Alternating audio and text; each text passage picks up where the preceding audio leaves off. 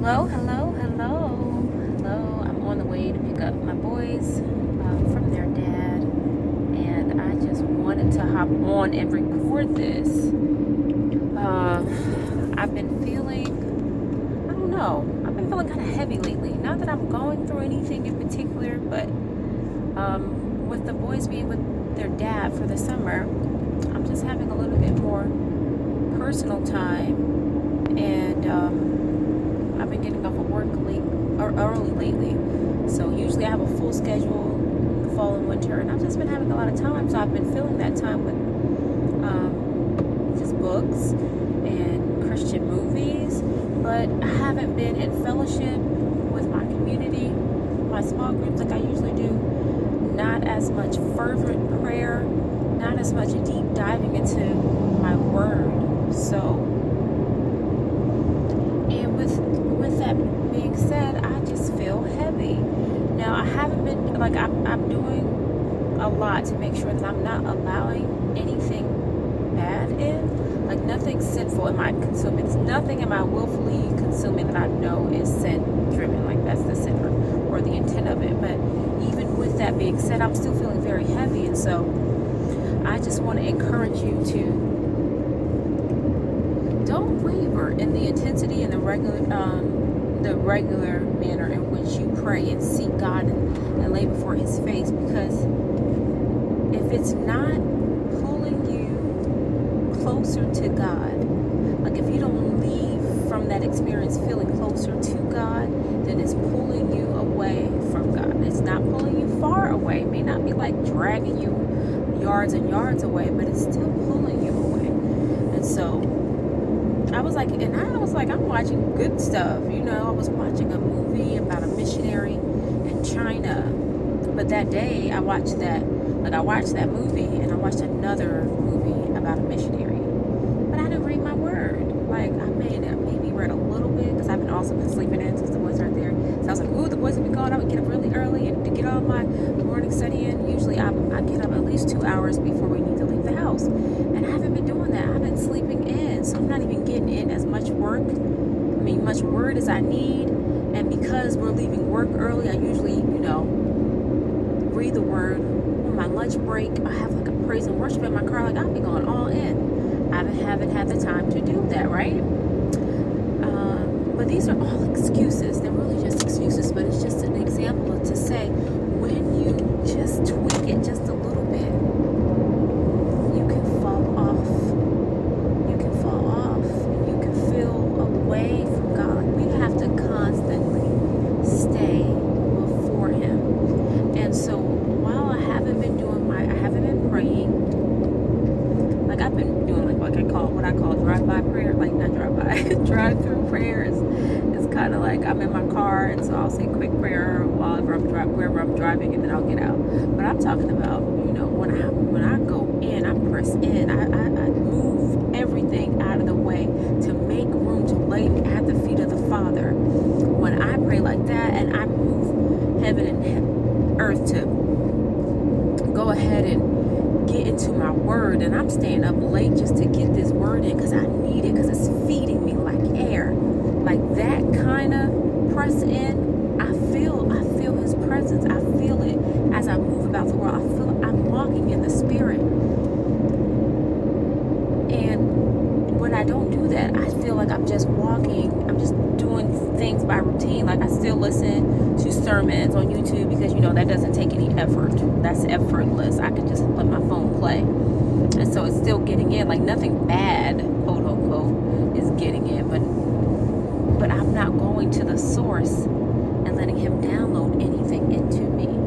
So while I'm not taking in anything new that is negative, quote unquote bad, but we all know that Satan is still busy. He's still planting seeds.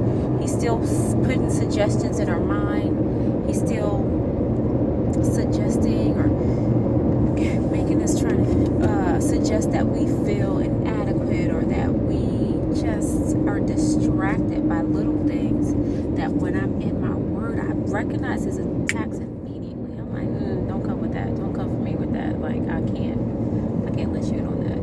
You actually insulted me right there with that. But when I'm not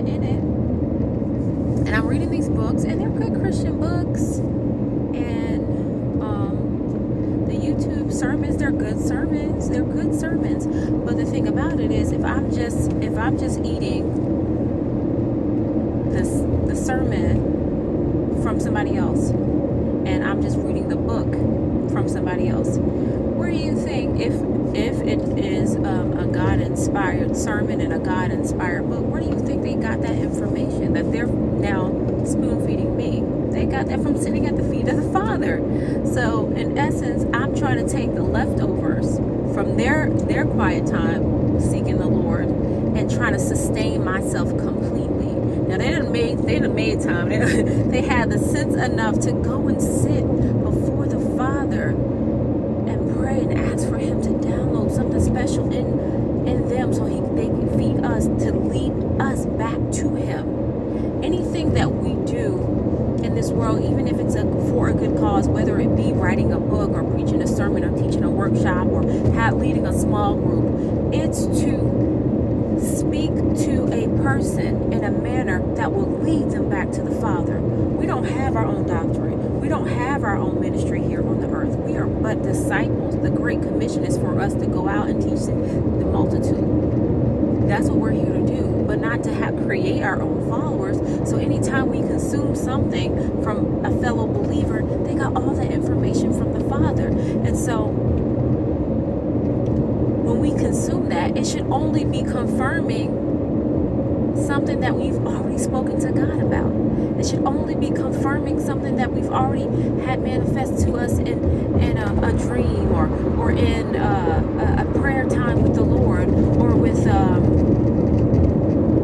in our quiet time, laying before the Lord, being quiet and journaling, and as He downloads into us directly. And when I think about it, I think about when my children were infants, right, and newborns, and I would nurse them.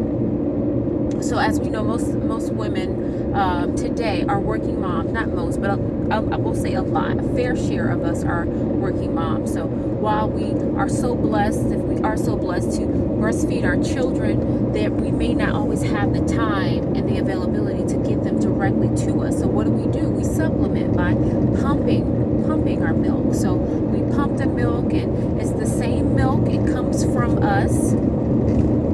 It was designed for them because we carry them in our bodies. And so we put it in a bottle so that the teacher or their father or whoever their other caregiver is in our absence can feed them, right? So this is the same milk that we give them when it's just one-on-one, and we're just putting them directly to our breasts. But follow me, stay with me. I'm going somewhere.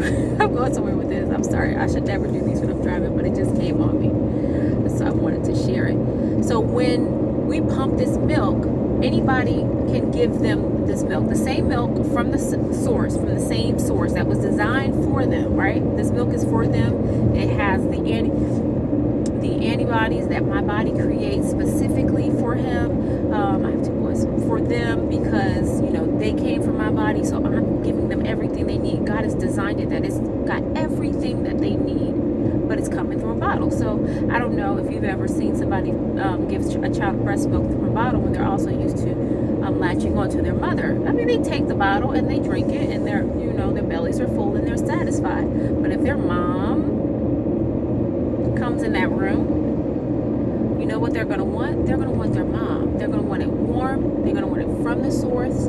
They're going to want the cuddle time that comes along with it. They're going to want that one-on-one bond that comes from it. Do you see what I'm saying? So it's the same. In essence, they're still getting the same thing. They're getting the milk. It's still sustaining. It's still life-giving. It's still from the same source. But when it comes directly from the mother, the baby gets all that comes along with it.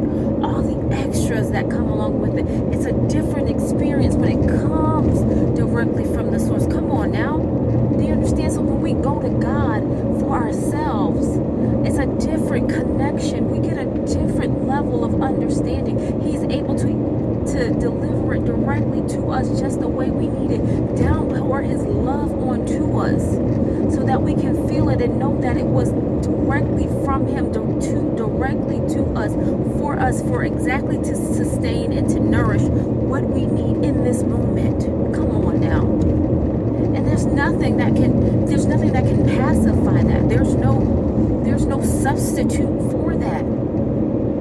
There is nothing else that compares to it coming from the source. And we were designed, because God is intentional. Come on. He's intentional.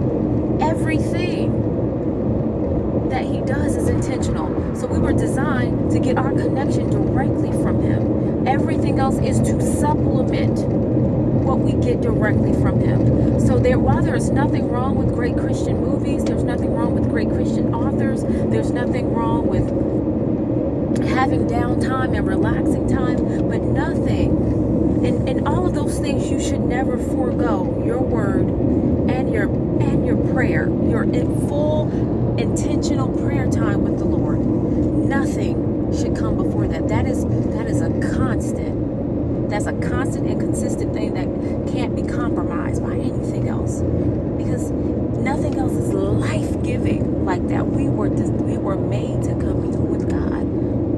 That's what he made us for. For that alone. If we're not doing that, what are we doing?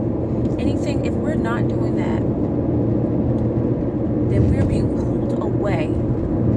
Slowly but surely, inch by inch, we're attempting to replace that time with something else that was never designed, that will never fill, which is why we came to Jesus in the first place, because we know that nothing else will ever fill it, but we don't need to put anything else, any other time in that place. So I say all that to say, stay in your word, seek God, seek his face, go before him humbly on your knees in your quiet time, journals, write down what he's saying to you. We have to do that. We have to make that a priority, or nothing else will matter. Well, I love you guys. I'm here. The boys' dad just texted me, said that they're here as well, so let me go, but I love you guys with the love of the Lord, and I will talk to you soon.